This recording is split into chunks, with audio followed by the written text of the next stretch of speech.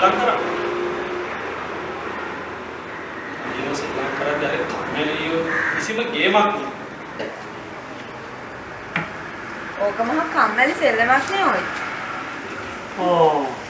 එහෙම කියන්න එපා. ඒකෙන් හොඳට මොලේ වර්ධනය වෙනවා.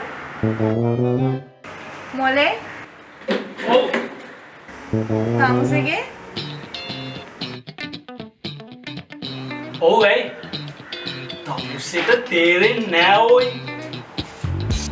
කසාද බැඳලා එක වහලක් යට ඉන්න බෑ මොලේ ඇති එකෙකුට. මට මොලේ නැති හින්දානේ තමුසේ එක්ක ආවේ. මට මොලේ නැති හින්දානේ තමුසෙක් ආවේ. අන්න හරි. ඒක මොලේ නැති දෙන්නෙක් ඉන්නවට වඩා භයානකයි. උටා. ලාස්ට්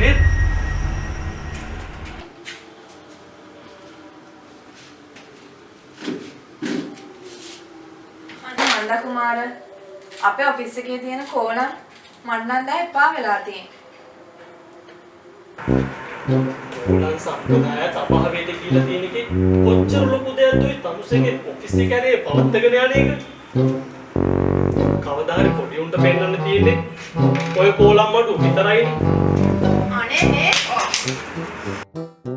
තමුසේ පොලිස් කෝලම් කරනවනේ. අනේ මේ කුමාර. එටු දෙන්න නැගලා හතරවනේ කැරකේ පනාව හොයාගෙන. මේ කුමාර. ඇයි? ඔයාට මතකද අපේ ගෙදර ආපු කොණ්ඩේ දිග කොට මිස්? කොණ්ඩේ දිග මිස් කොට හින්දානේ.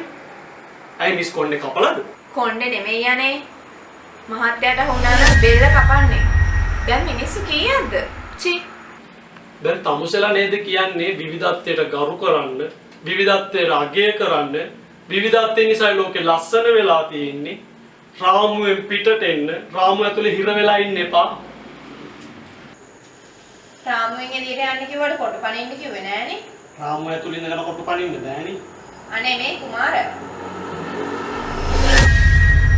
ආයෙත් බ්ලාස්ට් වුණානේ. දැන් මේ පාරක් කොණ්ඩේ දිග කෙල්ල විවිධත්වයට කවද තෝරගෙන තියෙන්නේ? මුලින්ම 52යි. ඊට පස්සේ 60යි. ආයෙ 32යි. ආයෙ 39යි. දැන් 68යි.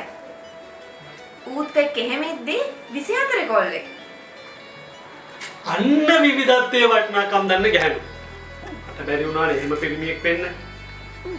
තමුසේ ඉස්සෙල්ලා මට පිරිමියෙක් වෙනවකෝ. ඕන්න දාමෙත් ගියා. අනේ මන්ද අප්පා. දැන් ඉන්න උන්ට වෙලා තියෙන දේ. දැන් අල්ලන් ඉන්නේ කුමාර 18ක කොල්ලෙක්. මේකෙන්වත් මට්ටු වුණොත් හොඳයි. ඉස්සුදු සුදු ඔයාට ගිනි පැලෙල්ලෙන් බැට කාපු ගෑන්ට කලාමැදිරියක් කජ්ජක්ද? කුමාර